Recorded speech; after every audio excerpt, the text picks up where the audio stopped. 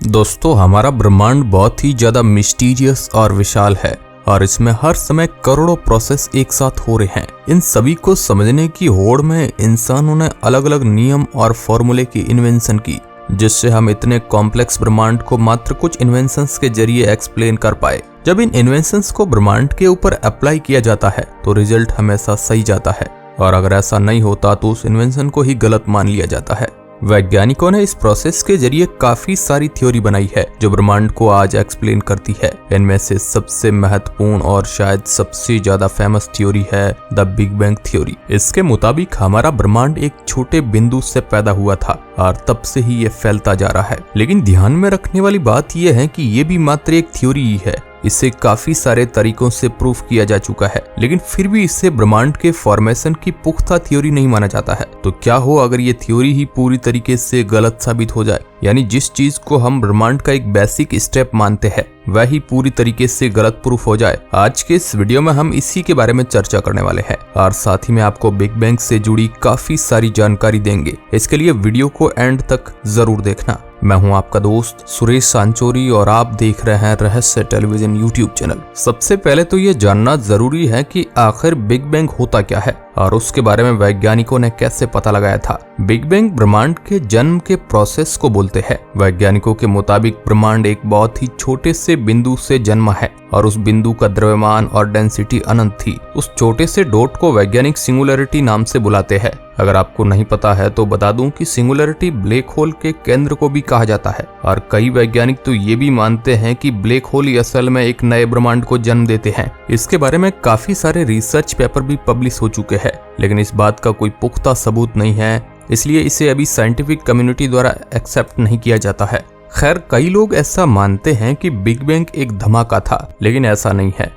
अगर बिल्कुल सही साइंटिफिक डेफिनेशन से एक्सप्लेन करें तो बिग बैंग मात्र स्पेस के बहुत तेज फैलने के प्रोसेस को बोलते हैं। जब हमारा ब्रह्मांड एक बिंदु के साइज का था तो उसमें कुछ प्रोसेस की वजह से ये फैलना शुरू हुआ, और आज भी आप देख सकते हैं कि ये लगातार अनंत गति से फैलता जा रहा है। वैज्ञानिकों ने ये देखा कि हमारी आकाशगंगा से दूर मौजूद गैलेक्सी लगातार रेड लाइट को छोड़ रही है। अंतरिक्ष में जो भी कोई दूर का ऑब्जेक्ट रेड लाइट को पेमेंट करता है तो उसका मतलब होता है कि वह हमसे दूर जा रहा है। इस चीज को फिजिक्स की भाषा में डॉपलर इफेक्ट कहा जाता है, और इसी के जरिए वैज्ञानिकों ने पता लगाया था कि हमारा ब्रह्मांड फैल रहा है। अब वैज्ञानिकों ने थोड़ा कॉमन सेंस यूज किया और ये निष्कर्ष निकाला कि अगर हमारा ब्रह्मांड आज फैल रहा है तो एक न एक समय पर यह बहुत ही छोटा भी रहा होगा, और यहीं से बिग बैंग थ्योरी की खोज हुई है। हम आज भी ये नहीं जानते हैं कि वह बिंदु वहां पर कैसे आया और उसे किसने बनाया, और आखिर ये सब कुछ हुआ ही क्यों। ये बहुत से ऐसे सवाल है जिसे साइंस भी आंसर नहीं कर पाता है। खैर, हमारा ब्रह्मांड प्रकाश की रफ्तार से भी कई करोड़ गुना ज्यादा रफ्तार से फैल रहा है, और इसलिए इसकी रफ्तार को अनंत कहा जाता है। बात सिर्फ ये नहीं है कि हमारा ब्रह्मांड फैल रहा है, बल्कि ये भी है कि हमारे ब्रह्मांड के फैलने की गति हर सेकंड बढ़ती जा रही है। इन सब चीजों को मैथमेटिक्स में अप्लाई करके वैज्ञानिकों ने ये निष्कर्ष निकाला कि अगर सब कुछ ऐसा ही चलता रहा तो एक समय ऐसा आएगा जब ब्रह्मांड का हर ऑब्जेक्ट हर दूसरे ऑब्जेक्ट से अरबों किलोमीटर की दूरी पर होगा।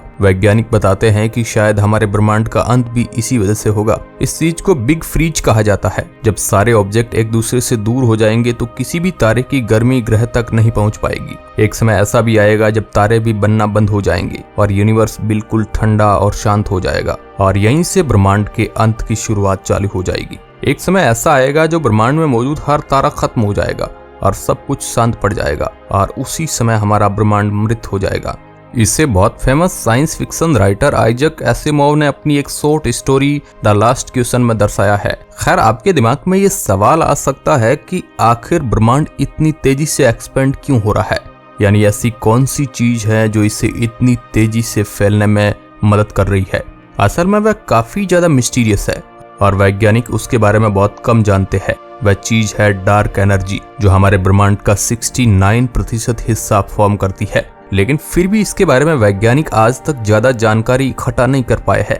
हम सिर्फ ये जानते हैं कि हमारे ब्रह्मांड में एक ऐसी शक्ति है जो इसे बहुत तेज रफ्तार से फैला रही है। हम इसके इफेक्ट को देख सकते हैं, लेकिन इसे डिटेक्ट करना अभी भी हम इंसानों के बस की बात नहीं है। अगर हमारा ब्रह्मांड बिग क्रंच और डार्क एनर्जी के असर से नहीं खत्म होगा तो इसका अंत शायद गुरुत्वाकर्षण बल करेगा, वैज्ञानिक ऐसा बताते हैं कि इस बात के भी चांसेस हैं कि एक दिन हमारा ब्रह्मांड फैलना बंद कर देगा और धीरे धीरे श्रिंक होने लगेगा, यानी ये सिकुड़ने लगेगा। इससे कॉन्ट्रैक्ट करने में यानी सिकुड़ने में गुरुत्वाकर्षण का सबसे बड़ा हाथ होगा।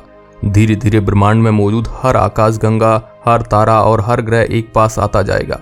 ये सभी चीजें आपस में टकराने लगेगी और ब्रह्मांड का साइज छोटा होता जाएगा। एक समय ऐसा आएगा जो ब्रह्मांड की हर चीज आपस में मिल चुकी होगी और यहीं पर फॉर्मेशन होगी ब्रह्मांड के सबसे बड़े और आखिरी ब्लैक होल की। ये ब्लैक होल भी धीरे धीरे छोटा होता जाएगा और अंत में एक सिंगुलरिटी के साइज का बचेगा। लेकिन हम ऐसा होने से बहुत साल पहले ही मारे जा चुके होंगे, क्योंकि जैसे जैसे ब्रह्मांड का साइज कम होगा और चीजें पास में आने लगेगी, वैसे ही इसकी डेंसिटी बढ़ने लगेगी और डेंसिटी बढ़ने के साथ साथ उसका तापमान भी बहुत तेजी से ऊपर जाने लगेगा। इस विशाल ब्लैक होल की फॉर्मेशन के अरबों साल पहले ही हम इंसान गर्मी की वजह से खत्म हो चुके होंगे। वैज्ञानिक कहते हैं कि ब्रह्मांड को बैलेंस रखने के पीछे दो मुख्य फोर्सेज है। पहला है गुरुत्वाकर्षण और दूसरा है डार्क एनर्जी। गुरुत्वाकर्षण चीजों को एक पास खींचता है और डार्क एनर्जी चीजों को एक दूसरे से दूर करती है। आज देखने पर ऐसा लगता है कि हमारे ब्रह्मांड में डार्क एनर्जी ज्यादा ताकतवर है, क्योंकि चीजें एक दूसरे से दूर जा रही है। लेकिन ऐसा जरूरी नहीं है कि ये कंडीशन हमेशा ही ऐसी रहे। भविष्य में ऐसा हो सकता है कि डार्क एनर्जी का असर कम होने लगे और गुरुत्वाकर्षण अपना असर दिखाने लगे।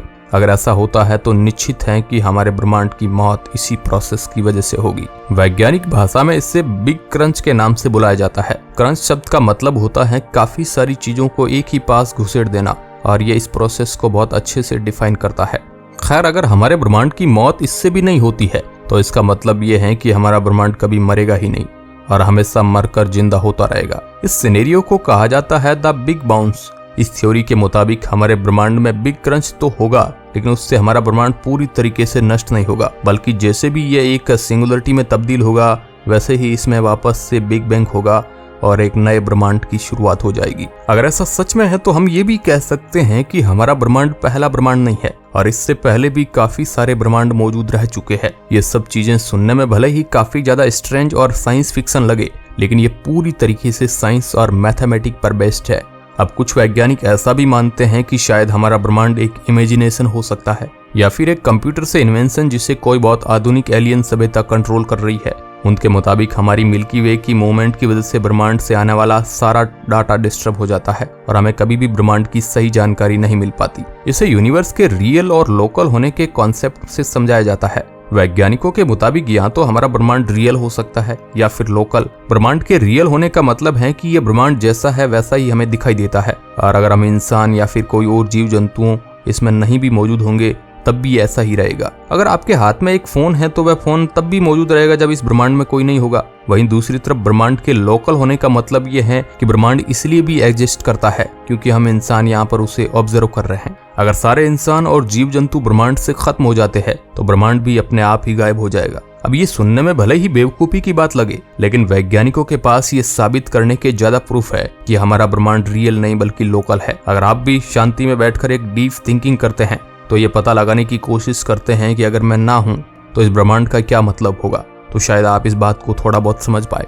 अगर ये सच होता तो हम बिल्कुल कह सकते हैं कि हमारा ब्रह्मांड असल में है ही नहीं, बल्कि ये सिर्फ इसलिए ही मौजूद है क्योंकि हम इंसान यहाँ पर इसे ऑब्जर्व कर रहे हैं। क्वांटम मैकेनिक्स में भी इस बात के काफी सारे प्रूफ देखने को मिलते हैं। खैर, आपको क्या लगता है, हमारा ब्रह्मांड असली है या फिर सिर्फ हमारे दिमाग द्वारा क्रिएट किए जाने वाला एक इल्यूजन? हमें नीचे कमेंट बॉक्स में जरूर बताएं। आज के इस वीडियो में बस इतना ही। धन्यवाद।